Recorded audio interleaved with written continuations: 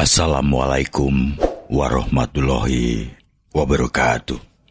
Saya senang ternyata ada yang peduli terhadap perjalanan ruhani saya, Syekh Siti Jenar, dalam bentuk novel karya terbaik dari penulis Agus Sunyoto. Silahkan simak yang akan disampaikan oleh Ki Guru.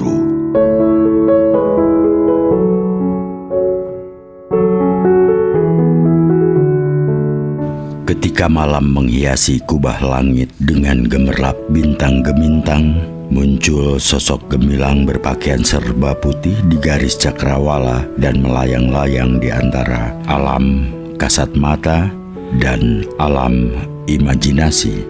Keagungan dan kemuliaan sosok itu sebagai rembulan muncul di tengah kegelapan, mengisap semua perhatian dengan pesona keindahannya yang tidak terlukiskan.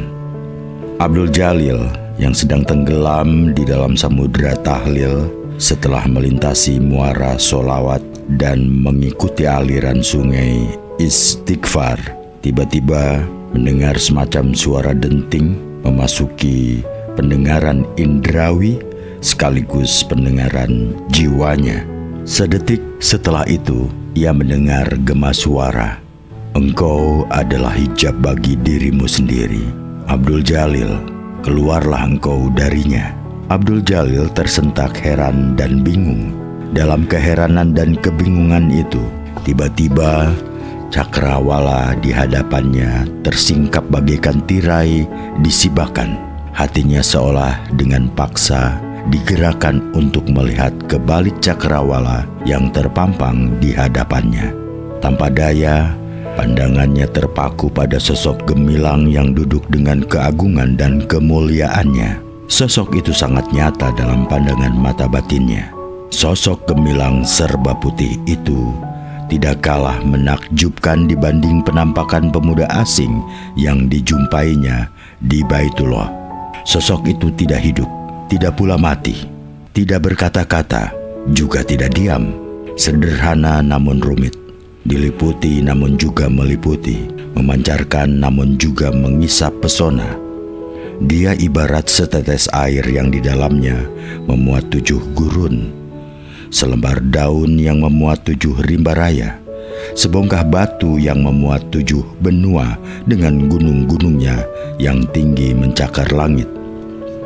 Dia sosok gemilang, keberadaannya begitu menakjubkan hingga tidak bisa diungkapkan secara utuh dengan bahasa manusia. Seiring dengan pemandangan menakjubkan tergelar di hadapannya, tiba-tiba Abdul Jalil merasakan kesadaran baru dari dalam jiwanya tersingkap tidak sebagaimana mestinya. Dikatakan tidak semestinya, karena sebelumnya ia merasa nur lawami dan pemahaman fawaid selalu mengungkapkan pengetahuan gaib ke kedalaman hatinya. Namun, saat ini yang ia rasakan adalah baik nur lawami maupun fawaid pun memiliki tirai-tirai yang bisa tersingkap. Di balik tirai demi tirai itu, tergelar kesadaran demi kesadaran baru. Kesadaran baru itu secara menakjubkan memaparkan pengetahuan gaib bahwa sosok gemilang di hadapannya adalah Hadrat Abu Bakar As-Siddiq, sahabat terkasih Muhammad.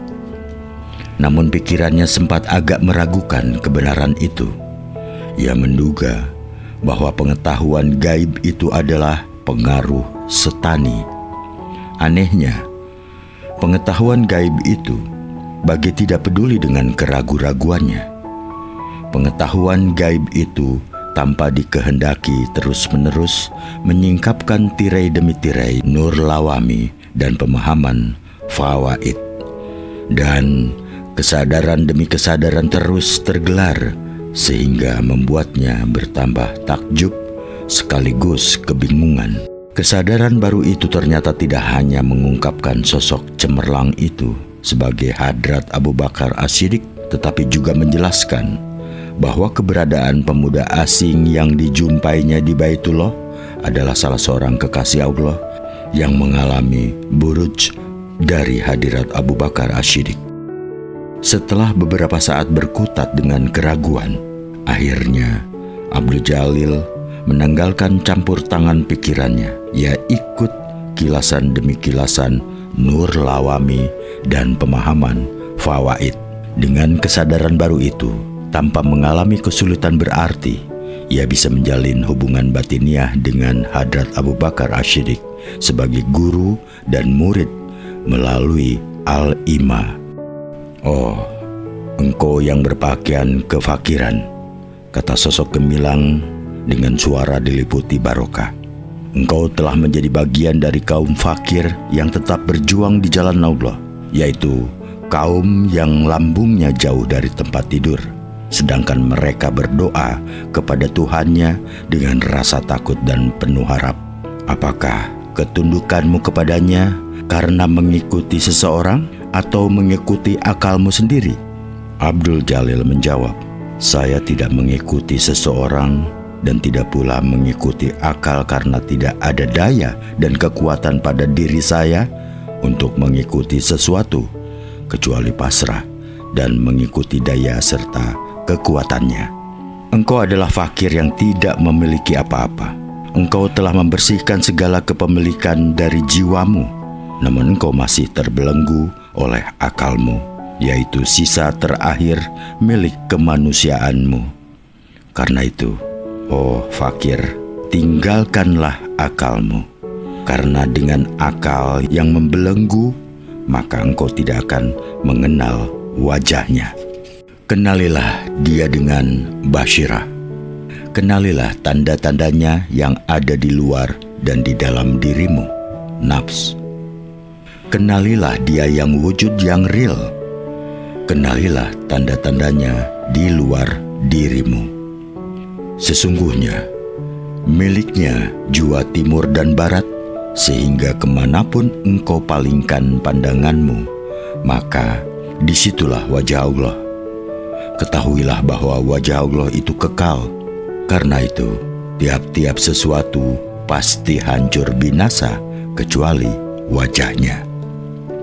Pahamilah tanda-tandanya di dalam dirimu. Sesungguhnya, Dia Maha meliputi segala sesuatu. Dia bersamamu dimanapun engkau berada, dan Dia Maha melihat apa yang engkau kerjakan. Dia lebih dekat daripada urat lehermu. Sesungguhnya Allah bersama kita. Kesadaran demi kesadaran baru tersingkap dari cakrawala jiwa Abdul Jalil, seiring dengan terkuaknya ungkapan demi ungkapan rahasia yang disampaikan hadirat Abu Bakar As-Siddiq melalui Al-Ima. Abdul Jalil terkesima dalam pesona dan ketakjuban yang membingungkan. Pengalaman ini begitu menggetarkan. Betapa pengetahuan yang disampaikan tanpa perantara akal dan indera-indera adalah seibarat percampuran anggur dengan air dalam wadah gelas. Tanpa diaduk keduanya melarut dengan cepat dan menyeluruh utuh. Setelah mengungkapkan keberadaan, yang ilahi Hadrat Abu Bakar As-Siddiq mengungkapkan ada 4 anak tangga rahasia untuk menuju hadiratnya. Keempat anak tangga rahasia inilah jalan dan cara rahasia yang diajarkan Muhammad kepada sahabat terkasihnya, Abu Bakar As-Siddiq, saat berada di dalam gua di Jabal Tur. Pertama adalah anak tangga istighfar yang akan membawa salik ke penyingkapan hijab dirinya, karena dari istighfar akan tercapai makfirah yang memancarkan Al-Ghafar atau yang Maha Pengampun, di mana dengan makfirah itu Al-Ghafar akan menyingkap selubung hijab Ghafara. Kedua, ketika hijab Ghafara sudah tersingkap, maka salik akan mendaki anak tangga solawat. Pada tahap itu salik menyadari bahwa keberadaan dirinya adalah bagian dari pancaran Nur Muhammad, cahaya yang terpuji, cahaya Muhammad, sebagaimana sabda Rasulullah dalam hadis Qudsi. Hanya melalui Nur Muhammad inilah seorang salik dapat melanjutkan perjalanan menuju hakikat yang terpuji, hakikat Muhammad. Ketiga, ketika salik sudah mencapai pengenalan hakikoh al-Muhammadiyah, maka dia akan mendaki anak tangga tahlil, yaitu anak tangga penauhidan. Pada tahap ini salik akan memahami makna rahasia yang tersembunyi pada hakikoh al-Muhammadiyah, sebagaimana sabda Rasulullah, "Ana Ahmadun bila mim dan ana Arabun bila ain." Inilah tahap wahdah asyubut, kesatuan penyaksian. Keempat, ketika salik sudah mencapai tahap syubut, maka dia akan mendaki anak tangga nafs al-haq, jiwa yang real. Inilah tahap di mana salik memasuki tahap fana atau peniadaan diri, karena jiwa kehidupannya telah terhubung dengan keberadaan al-haq yang tersembunyi di dalam ruh al-haq yang berada di tahta ars di Baitul Haram hatinya dengan huwa yang mutlak dan tidak terbatas. Inilah jiwa ilahi. Allah meniupkan nafs al-haq ke dalam ruh al-haq yang disemayamkan di tahta ars di Baitul Haram hati manusia. Inilah jiwa yang pengasih, nafs ar-Rahman yang ditiupkan kepada surah ar-Rahman, dan melalui nafs ar-Rahman itulah dia berbicara. Pada tahap fana ini tidak ada lagi pihak yang menyaksikan dan pihak yang disaksikan. Kemenduaan, kegandaan, dan kejamakan telah lebur. Pada tahap ini, al-haq yang tersembunyi secara rahasia di dalam ruh al-haq telah manunggal dengan huwa, dia yang maha mutlak, sebagaimana kemanunggalan butiran garam dengan air laut. Inilah tahap wahdah al-wujud, kesatuan wujud, yaitu bersatunya al-haq dengan huwa. Keempat anak tangga rahasia menuju dia pada dasarnya mengungkapkan penyaksian tentang keberadaan paling rahasia dari Allah sebagai sebab pertama, di mana pada asma Allah tersembunyi hakikat dari huwa, dia yang maha mutlak. Asma Allah terdiri atas 4 huruf, yaitu alif, lam, ha. Jika huruf alif pada asma Allah ditiadakan, maka yang ada adalah lillah. Jika huruf lam pertama ditiadakan, maka yang ada adalah lahu. Dan jika huruf lam kedua ditiadakan, maka yang ada adalah hu. Keempat tahap itu adalah satu kesatuan, dan asma, af'al, sifat, dan zat yang tidak bisa dipisah-pisahkan satu dengan yang lainnya. Itu berarti mengenal dia harus melalui 4 tahap pengenalan. Pertama, mengenal asma, nama. Kedua, mengenal af'al. Ketiga, mengenal sifat. Keempat, mengenal zat. Pengenalan itu tidak bisa dituturkan dengan bahasa manusia, tetapi harus dialami sendiri sebagai sebuah pengalaman yang sangat pribadi. Bisakah seseorang merasakan manisnya buah anggur dengan hanya mendengar cerita dan gambaran tentangnya? Bisakah seekor anai-anai dikatakan telah mengenal nyala api jika tubuhnya belum terbakar? Setelah mengungkapkan rahasia menuju dia, Hadrat Abu Bakar As-Siddiq kemudian mengungkapkan rahasia nur yang ditempatkan Allah di antara 2 mata Adam. Hadis Qudsi. Nur adalah piranti untuk menyaksikan dan mengenal sang cahaya langit dan bumi, sang cahaya di atas cahaya, yang dengan cahayanya membimbing siapa yang dikehendakinya mendekat kepada cahayanya. Quran Surat An-Nur 35. Melalui nur itu pula akan dicapai kehadiran cahaya murni yang akan membawa kepada penyaksian Tuhan dengan pandangan Tuhan, dari Tuhan, di dalam Tuhan, dan melalui mata Tuhan. Sejak berjumpa dengan Hadrat Abu Bakar As-Siddiq di alam al-hayal, serta mengamalkan jalan dan cara, Kesadaran demi kesadaran baru pada diri Abdul Jalil bagi tidak dapat dikendalikan. Tersingkapnya tirai-tirai nur lawami dan pemahaman fawaid menyebabkan ia berada pada keadaan seperti wadah yang terus-menerus diisi. Pengalaman ruhaniah yang terkait dengan penyingkapan kesadaran baru ini sebenarnya sudah pernah dialaminya. Namun kali ini perubahannya begitu cepat sehingga ia merasa bingung dan takjub.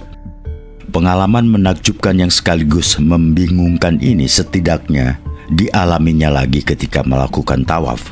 Seiring dengan langkah kakinya mengitari Ka'bah, tiba-tiba hatinya diliputi hiruk-pikuk hakikat ruhani yang memuji keagungan ilahi. Ia tercenung bingung, tanpa dikehendakinya kilasan demi kilasan kesadaran baru tercurah ke dalam mahligai jiwanya. Pengagungan atasnya yang dikumandangkan mereka yang mengitari Ka'bah adalah pengagungan Al-Abid kepada Al-Ma'bud, pengagungan Al-Halak kepada Al-Kholik, pengagungan yang beragam kepada satu kesatuan. Sedangkan engkau, fakir papa yang telah melampaui mereka dalam takwa, hendaknya mengagungkannya dengan cara yang berbeda, karena engkau adalah sahabat, kekasih yang dikuasainya dan yang dipilihnya. Agungkan dia dengan segenap kedekatan, kecintaan, kerinduan, dan keterkaitan jiwa dan ragamu. Abdul Jalil tercekat bingung bercampur takjub. Dengan pengalamannya itu, selintas pikirannya mengatakan bahwa kesadaran barunya itu adalah bisikan iblis yang akan memerangkapnya ke jurang pengakuan diri. Namun kesadarannya mengatakan bahwa apa yang terungkap itu adalah manifestasi dari Al-Haq yang tidak seorang pun termasuk malaikat mengetahuinya, sehingga tidak akan ada alasan untuk dipamer-pamerkan sebagaimana sifat iblis. Menyadari kebenaran dari ungkapan Al-Haq itu, Abdul Jalil segera menghadapkan kiblat hati dan pikiran hanya kepadanya melalui nur yang terletak di antara kedua matanya. Kemudian dengan jalan dan cara yang diperoleh dari Hadrat Abu Bakar As-Siddiq, ia mendaki anak tangga keempat melalui nafs Al-Haq untuk menjalin hubungan dengan keberadaan Al-Haq yang tersembunyi di dalam ruh Al-Haq, di dalam tahta ars di Baitul Haram hatinya, dengan huwa, dia yang mutlak, tidak terbatas. Setelah beberapa jenak bergulat mengarahkan kiblat hati dan pikiran, tiba-tiba kolbunya merasakan Muhammad SAW hadir di hadapannya dan merampas semua perasaan kepada selain dia. Bersamaan dengan itu, ia mendapati nur di antara kedua matanya memancar sangat terang. Kemudian bagai memiliki tirai, kolbu dan nur tersingkap dengan cara menakjubkan. Abdul Jalil tertegun takjub. Berurutan dengan tersingkapnya kolbu, ia merasakan kehadiran Muhammad secara utuh di segenap cakrawala jiwanya. Sementara saat nur tersingkap secara berurutan, tiba-tiba ia menyaksikan cahaya yang bersinar sangat menyilaukan, jauh lebih terang daripada pancaran nur di antara kedua matanya. Itukah nur di atas nur? Ia merasa kolbunya tiba-tiba menyatu dengan nur yang menyilaukan itu. Ia merasa nur itu adalah Nur Muhammad. Beberapa detik kemudian, kesadarannya tersingkap secara aneh. Nur itu tiba-tiba memenuhi segenap pandangannya. Ia merasa tidak tahu arah, tidak ada depan, samping, dan belakang. Ia bisa memandang ke segala arah. Pandangan mata batinnya kali ini jauh lebih nyata daripada pandangan indera penglihatannya. Mendadak Ka'bah yang dikitarinya lenyap. Jamaah tawaf juga lenyap. Semua lenyap. Abdul Jalil termangu takjub, diliputi kebingungan karena kolbu dan seluruh pandangannya menyaksikan nur semata. Bahkan akhirnya ia merasakan nur itu melenyap dari pandangannya. Tubuhnya seperti memancarkan cahaya dari nur itu. Ia merasakan dirinya menyatu dengan Nur. Lantaran pengalaman itu begitu membingungkan, ia tidak tahu lagi apakah ia berada di dalam atau di luar Nur yang memancarkan dengan sangat menyilaukan itu. Masih dalam ketakjuban dan kebingungan, ia merasakan di segenap penjuru pandangannya manifestasi Nur Muhammad yang mengisap kesadarannya. Antara sadar dan tidak, ia merasakan Al-Haq yang tersembunyi di dalam ruh Al-Haq yang bersemayam di tahta arsy di Baitul Haram hatinya, berkata-kata sendiri, Anasir al-baki wa ma al-haq ana wa ana al-haq fa innani ma'ziltu ahawabi al-haqi hakun.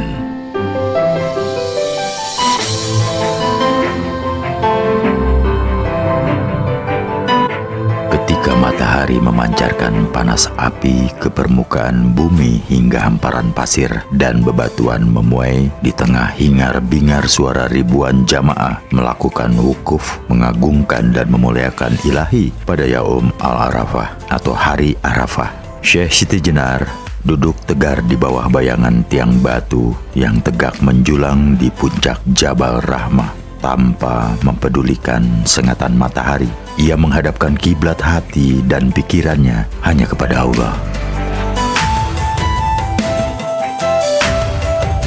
Seiring dengan melesatnya waktu tanpa dikehendakinya, tiba-tiba ia membuka mata dan tanpa sengaja pandangannya menatap sesosok tubuh laki-laki tua dengan rambut gundul berpakaian ihram kumal yang dililitkan tidak semestinya sedang berjalan tertati-tati mengitari Jabal Rahmah. Syekh Siti Jenar memejamkan mata dan membangunkan lagi kiblat hati dan pikirannya. Namun entah kekuatan apa yang mengusik, tiba-tiba saja ia membuka mata dan melihat laki-laki tua itu terhuyung-huyung di kaki Jabal Rahmah.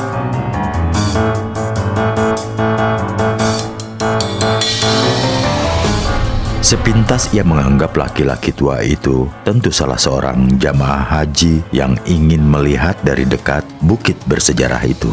Namun setelah beberapa jenak ia awasi laki-laki tua itu sudah mengitari Jabal Rahmah beberapa kali, maka ia menduga sosok tua itu tentunya tidak mengetahui tata cara menjalankan ibadah haji.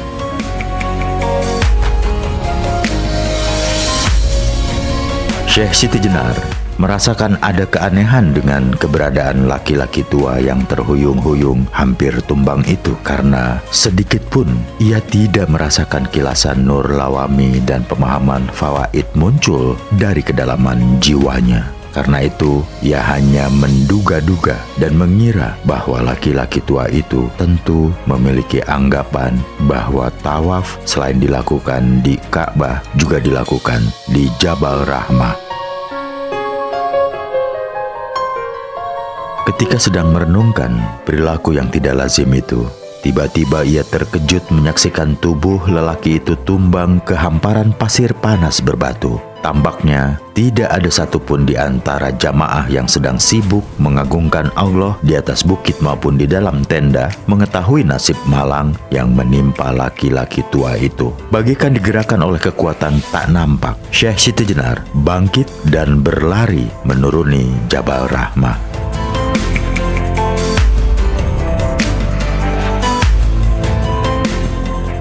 Dugaannya bahwa laki-laki tua itu tidak memahami tata cara menjalankan ibadah haji ternyata tidak salah.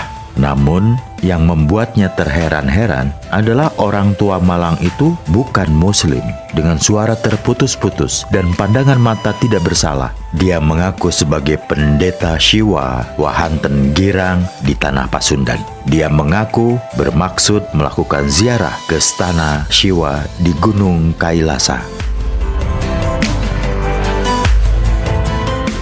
Mendengar pengakuan laki-laki malang yang nyaris mati karena kelelahan dan kehausan itu, Syekh Siti Jenar berulang-ulang mengucapkan tasbih memuji kebesaran Allah. Namun, ia pun buru-buru mengingatkan agar lelaki itu tidak menceritakan jati dirinya kepada jamaah lain. Hal ini demi keselamatan jiwanya sendiri.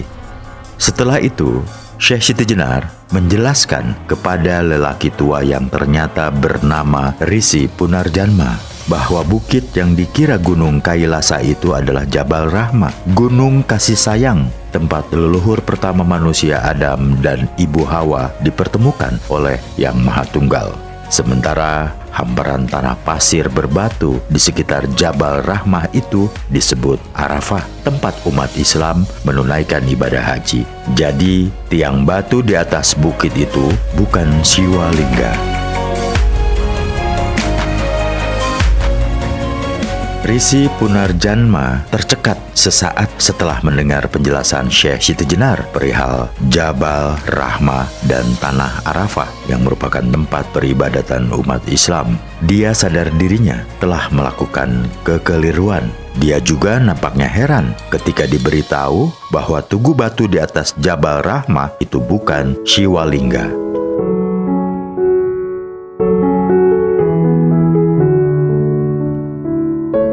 Setelah beberapa jenak terdiam, Risi Punarjanma tersenyum sambil menatap tajam ke arah tiang batu yang tegak di atas Jabal Rahmah. Kemudian dengan suara serak nyaris berbisik dia berkata, "Anakku, sekarang ini bagiku tidak penting apakah ini tempat suci orang Islam atau stana Siwa, karena yang kusaksikan di dalam mimpiku adalah lingga batu di atas bukit itu. Telah jelas di dalam mimpiku, di bawah lingga itulah kematian datang menjemputku."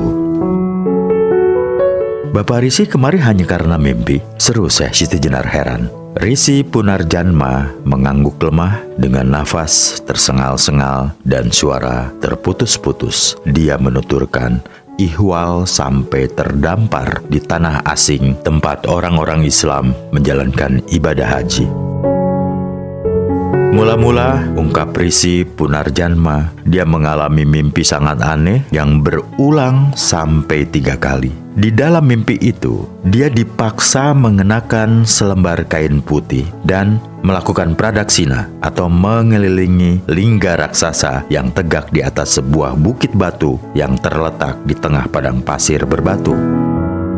Ketika sedang melakukan pradaksina, lanjutnya tiba-tiba memancarlah berjuta-juta cahaya menyilaukan dari langit menyinari lingga itu.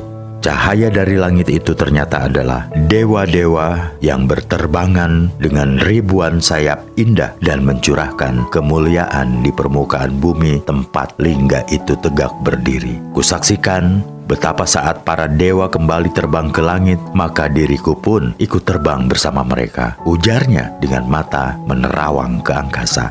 Berangkat dari mimpi yang sama dan berulang-ulang 3 kali itulah, dia kemudian mencari tahu di mana lingga agung dan mulia itu berada. Walaupun dari kawan-kawannya tidak diperoleh penjelasan tentang adanya stana Siwa seperti terlukis di dalam mimpinya. Berkat kegigihannya, akhirnya dia memperoleh penjelasan dari seorang muni yang pernah berziarah ke Kailasa. Menurut muni itu, bukit tempat stana Siwa berada adalah di Kailasa. Beberapa orang kawannya bahkan memberitahu bahwa beberapa risi dari Jawa Dwipa setiap tahun sekali berziarah ke sana untuk melakukan pradaksina mengitari gunung yang garis kelilingnya 40 pal.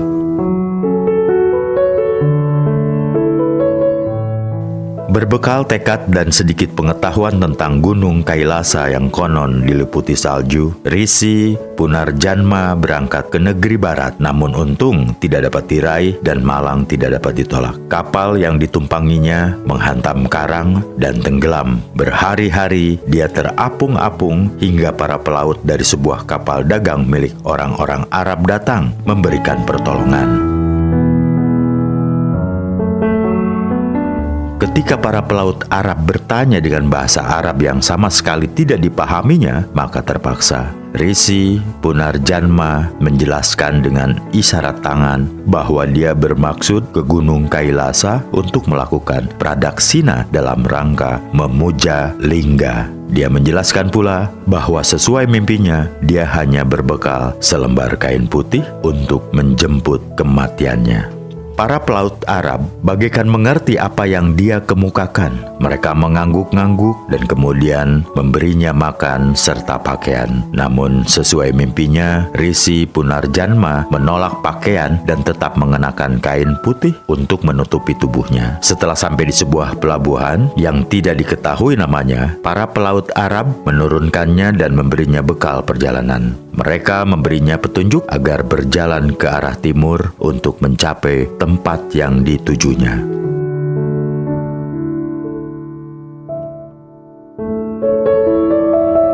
Ternyata lingga suci yang kulihat di dalam mimpiku itu tidak berada di tanah barat, tetapi di tanah orang-orang Arab, kata Risi Punarjanma dengan nafas makin berat.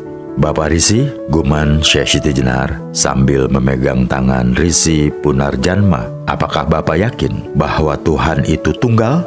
Anakku, kata Risi Punarjanma dengan mata berkilat dan suara bersemangat. Aku adalah seseorang yang sudah lepas dari ikatan duniawi. Karena itu, tidak ada sesuatu di dalam hati dan pikiranku kecuali Dia yang Maha Tunggal yang disebut dengan berbagai nama.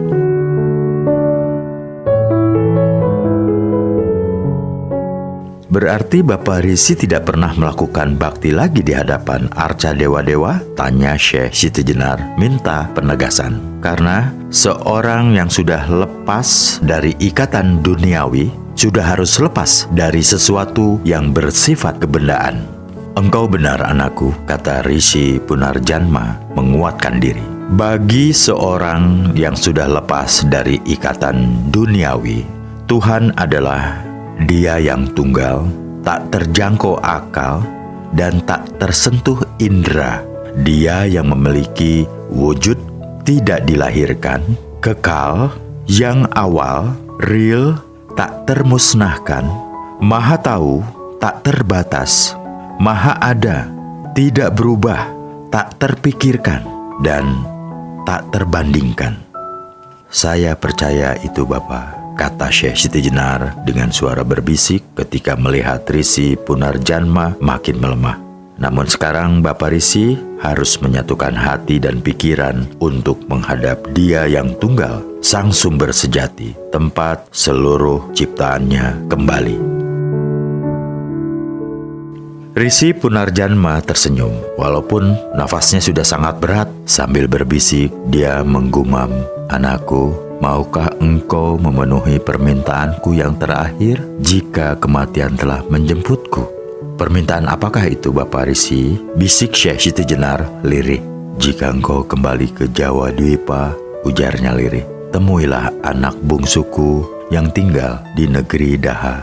Dia sejak kecil diasuh oleh adikku, Wiku Suta Lokeswara, seorang pendeta Bhairawa Siwa Buddha. Sampaikan kepada putraku itu bahwa ayahandanya telah kembali ke Siwapada atau kediaman Siwa karena setia pada jalan Siwa. Siapakah nama putra Bapak Risi? Nirarta, ujar Risi Punarjanma dengan suara tercekat di tenggorokan. Saya akan menyampaikan pesan Bapak Risi jika yang tunggal berkenan, bisik Syekh Siti Jenar lirih di telinga Risi Punarjanma. Sekarang Bapak Risi hendaknya menyatukan hati dan pikiran untuk menuju Dia.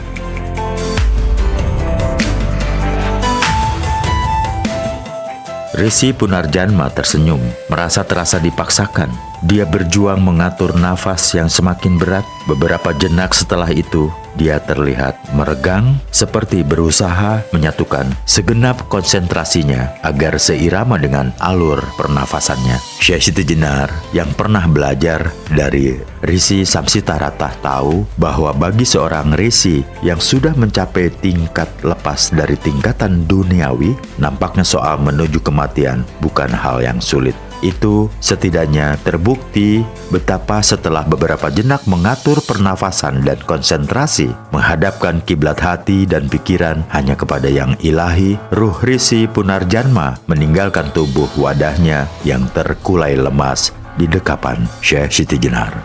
Syekh Siti Jenar menarik nafas berat sambil memangku kepala Risi Punarjanma. Segala peristiwa menakjubkan dan pengalaman aneh yang terjadi padanya adalah kehendaknya semata. Perjalanan Risi Punarjanma merupakan bukti tidak terbantahkan bahwa kehendaknya adalah di atas segala-galanya.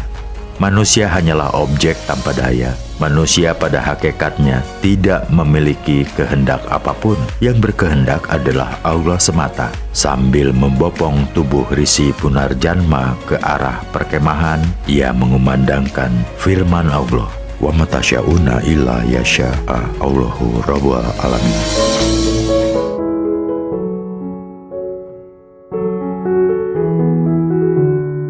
Ketika malam membentangkan selimut hitam di atas tubuh bumi, Syekh Siti Jenar duduk bersimpuh di hamparan padang Arafah di dekat Jabal Rahmah, di lingkungan bebatuan dan pasir, di tengah desir angin yang dingin menggigit bintang gemitang yang memancarkan cahaya di langit berkedip-kedip bagai hiasan permata. Keheningan dan kesunyian menerkam bagai gigi geligi serigala gurun yang tajam dan menakutkan. Sementara tiang batu yang tegak di atas Jabal Rahmah termangu sendirian bagai menelan kesepian yang tak bertepi.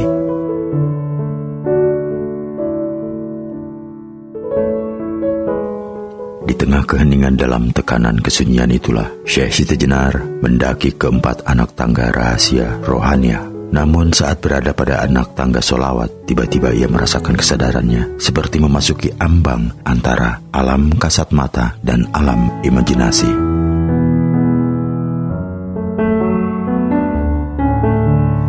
Saat melangkah di anak tangga solawat melalui pandangan mubasyiroh, Syekh Siti Jenar melihat bayangan manusia raksasa yang bercahaya terang berjalan di kejauhan. Di belakangnya diikuti barisan manusia yang lebih kecil. Di samping kanan dan kiri, agak ke belakang dari manusia raksasa itu, berbaris pula manusia-manusia lain yang lebih kecil.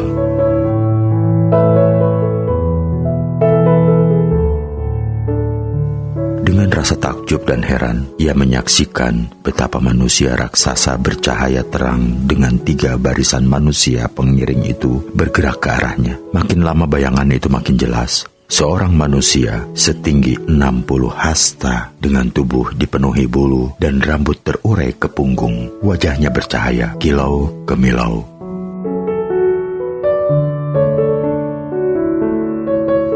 Syekh Siti Jenar menyongsong. Ketika jarak mereka semakin dekat, ia mendadak tahu bahwa sosok itu adalah Adam alaihi salam. Berikutnya pun, Syekh Siti Jenar mengetahui bahwa manusia raksasa itu adalah Adam yang pertama dicipta di antara 10.000 Adam yang lahir dari generasi ke generasi berikutnya, sehingga terlahirlah keturunannya yang disebut manusia.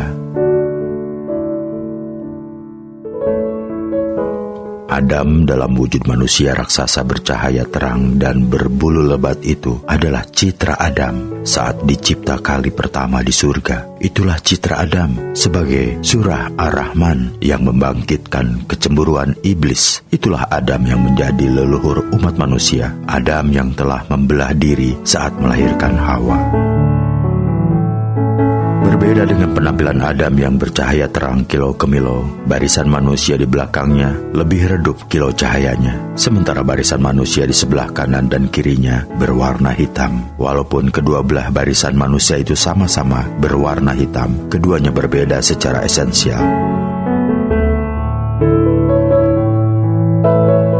Barisan kanan adalah golongan orang-orang hitam dari zaman purba beserta keturunannya yang bakal menjadi penghuni surga. Barisan kiri adalah golongan orang-orang hitam citra bayangan maya yang bakal menghuni neraka. Adam yang berada di depan beserta barisan di belakangnya adalah golongan orang-orang yang didekatkan dengan kenikmatan surgawi.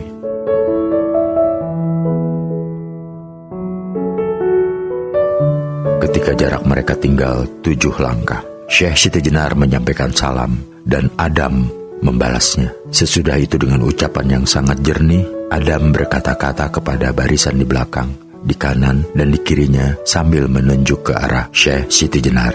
Inti kata-kata Adam adalah mengungkapkan bahwa Syekh Siti Jenar merupakan salah satu di antara keturunannya yang bakal menjadi bagian dari barisan di belakangnya. Kemudian Adam memandang Syekh Siti Jenar penuh kasih. Senyum menghiasi wajahnya yang teduh dan diliputi keagungan. Sesaat sesudah itu, dia berkata-kata seolah ditujukan kepada Syekh Siti Jenar.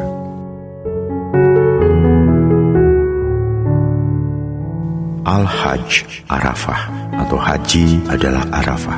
Pada makan atau tempat ini, engkau akan menjadi dekat qurb, dan pada zaman atau waktunya, engkau ini akan menjadi marifah kepadanya.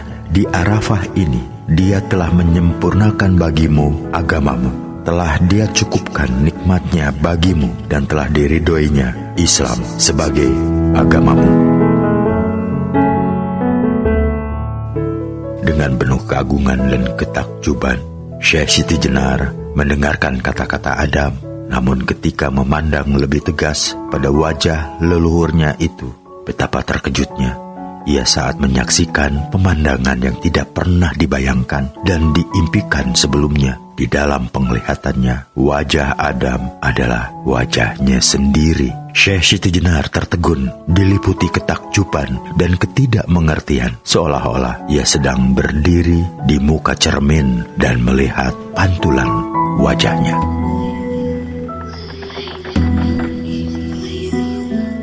Setelah melakukan perjalanan yang sangat melelahkan, Syekh Siti Jenar tiba di Mina. Saat itu rembang senja mulai menyelimuti bumi dengan permadani hitam bersulam hiasan merah Cakrawala Sutra. Tanpa mempedulikan keletihan yang meremuk tulang belulang, ia pergi ke Jamarah, daerah tempat 3 tugu batu yang menjadi simbol Setani.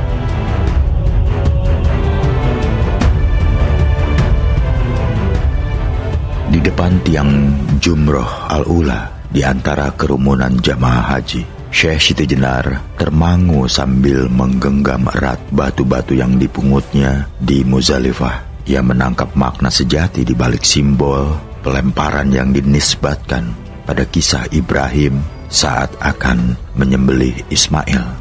Jelas sekali bahwa makna pelemparan batu itu adalah simbol penegasan atas akal, aturan kebumian, pamrih duniawi, dan pelepasan atas materi yang seluruhnya adalah citra setani yang harus dilepaskan dari keberadaan manusia yang bertauhid.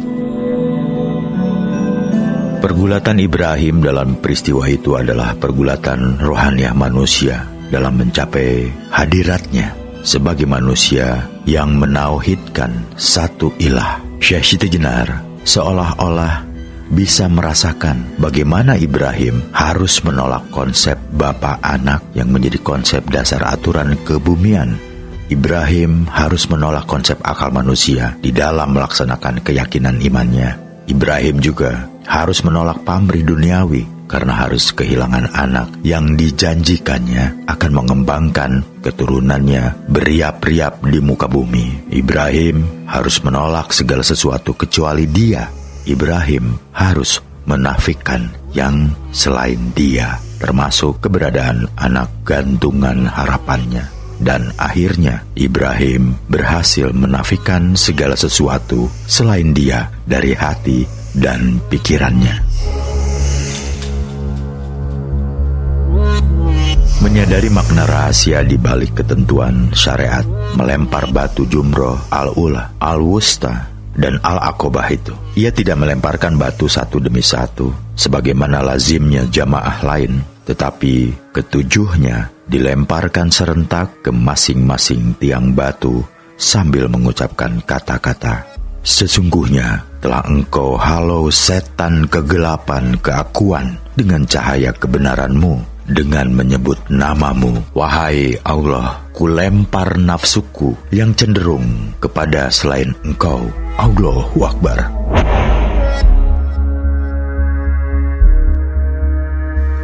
Setelah melempar ketiga tiang batu, Syekh Siti Jenar menjauh dan mendaki 4 tangga rahasia rohaniah.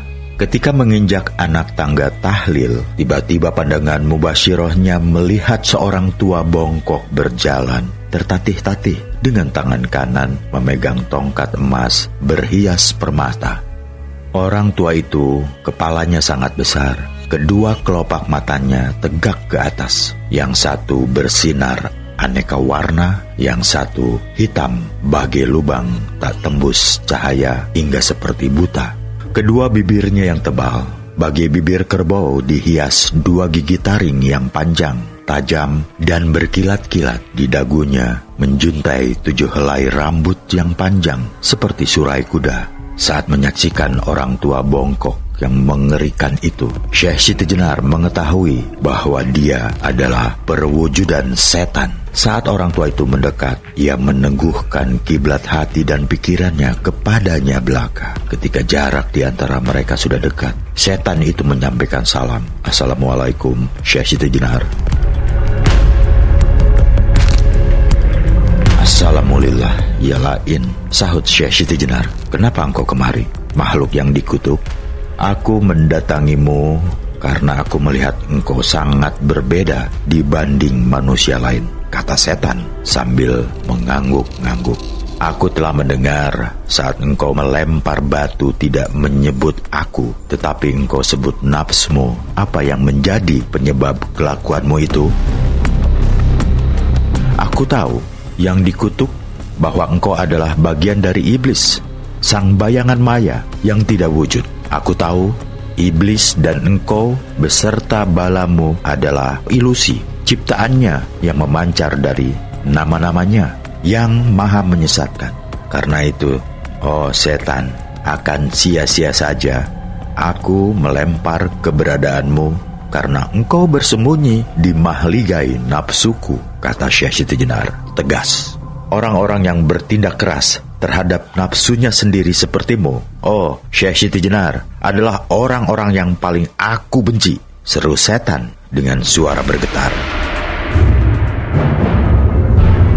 Sesungguhnya Al-Haq telah memberitahu bahwa engkau hanya mampu menjalankan tugasmu dengan baik kepada orang-orang yang memanjakan nafsunya dengan kelezatan dan kenikmatan duniawi serta pikiran-pikiran yang serba menguntungkan diri pribadi belaka. Sementara kepada mereka yang meninggalkan segala sesuatu selainnya, maka engkau tak mampu mempengaruhinya, kata Syekh Siti Jenar.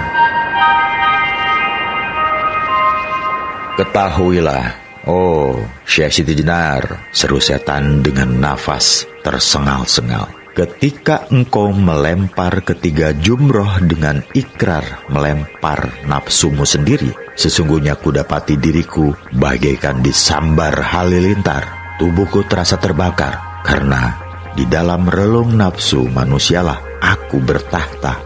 Oh Syekh Siti Jenar, janganlah kiranya engkau memberitahu rahasia ini kepada siapapun, agar tugasku memuliakan dan mengagungkan Allah dapat kupenuhi sebaik-baiknya. Syekh Siti Jenar tertawa mendengar permohonan itu.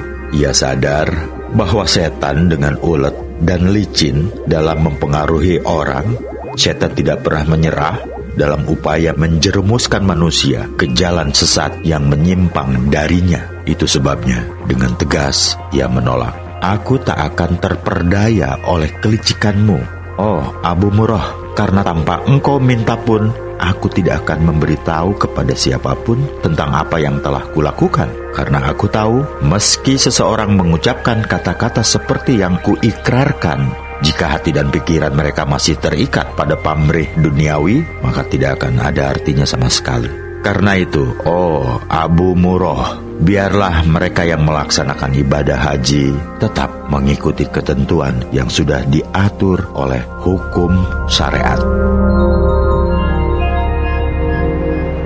Mendengar ucapan Syekh Siti Jenar, orang tua bongkok jelmaan setan itu meraung-raung sambil menggetuk-getukkan tongkatnya ke atas tanah. Dia nampak diliputi amarah. Syekh Siti Jenar bangkit dan berjalan mendekati tiang batu sambil berkata, akan kutunjukkan kepadamu, makhluk terkutuk, dimanapun engkau bersembunyi, maka engkau tetaplah bayangan maya yang tanpa wujud. Engkau hanya khayal yang terkutuk. Apakah yang akan engkau lakukan? Seru setan dengan suara gemetar. Syekh Siti Jenar diam. Ia terus melangkah mendekati tiang batu. tidak dihiraukannya seruan-seruan setan yang mengharu biru di belakangnya. Syekh Siti Jenar menunduk memungut sejumlah batu yang berserakan di sekitar tiang batu. Setelah terkumpul 20 butir, ia tegak berdiri di hadapan tiang Jumroh Al-Aqobah. Kemudian dengan sekuat tenaga, ia lemparkan batu-batu yang digenggamnya sambil berseru, Rajman li asyaiton waridoka robi Allahu Akbar. Bersamaan dengan terbenturnya batu gejumroh Al-Aqobah, terdengar raungan panjang dari orang tua bongkok yang berdiri di belakang Syekh Siti Jenar, yang diikuti oleh lenyapnya tubuh tua jelmaan setan itu. Suasana mendadak hening, sunyi senyap.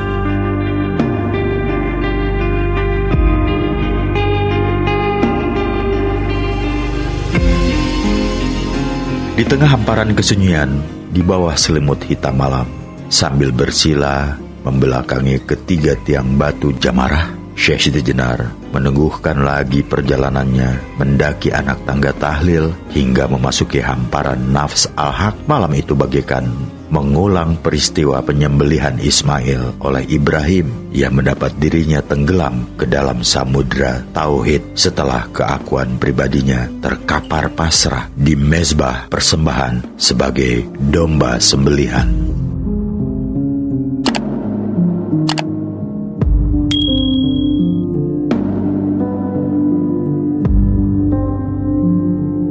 Terima kasih sudah menyimak ajaran saya, Syekh Siti Jenar. Rahayu, wassalamualaikum warahmatullahi wabarakatuh.